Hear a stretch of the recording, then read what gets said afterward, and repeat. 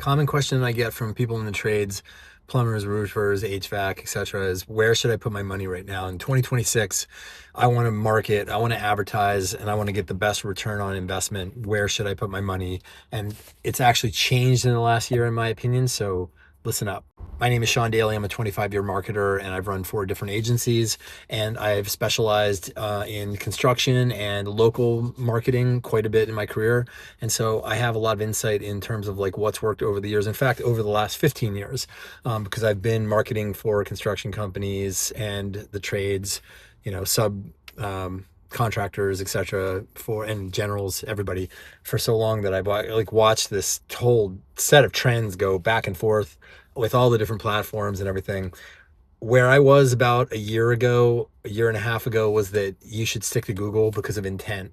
Meaning that people on Google, the notion is, well, they're searching, they know they have a problem, they need a plumber, they need a new water heater, whatever it is, they're going to search on Google, so they're ready to buy, which would be better than Meta, because Meta, you're just going to catch people that are surfing, on they're doom scrolling on Facebook or whatever. Maybe they don't have a need, but the targeting has gotten so much better on Meta now, that I really can say. In fact, I've run into a few people lately that are running 100% campaigns on Meta. I met a guy the other day. He's like 100% on Meta. I was like, yeah, you might want to consider Google too.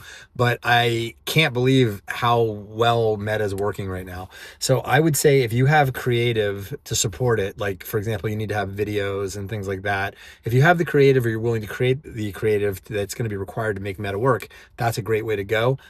Equally to Google. And in fact, if you can do it, it's always best to run both of them because they amplify one another. I've talked about this before, where you get better results on both platforms when you run both platforms, because rather than running one in a silo, because if somebody finds you on Google initially, then they end up on Meta, they can get retargeted, and then they can, it's like a follow me ad sort of thing. So you can sort of get a dynamic synergy happening between the two platforms. So I definitely recommend both platforms.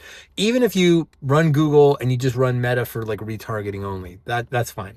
But if you do origination, like if you actually target people initially on Meta, I think you're going to find, if you do it right, you're going to find a lot of success.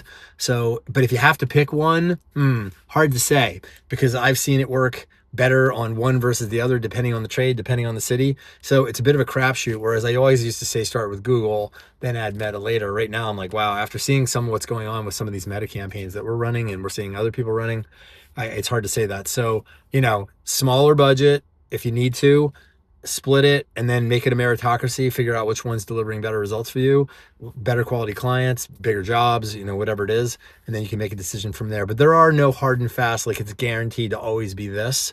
But I'm just saying, like right now, I'm really trying to encourage people to get into both campaigns as quickly as possible, just because they're both working. If you want me to look at your campaign and audit it, or if you just want to talk about your situation and what you're trying to get done, feel free to book a time with me, and it's free. You can set it up in my calendar. You can go on my profile and follow the links.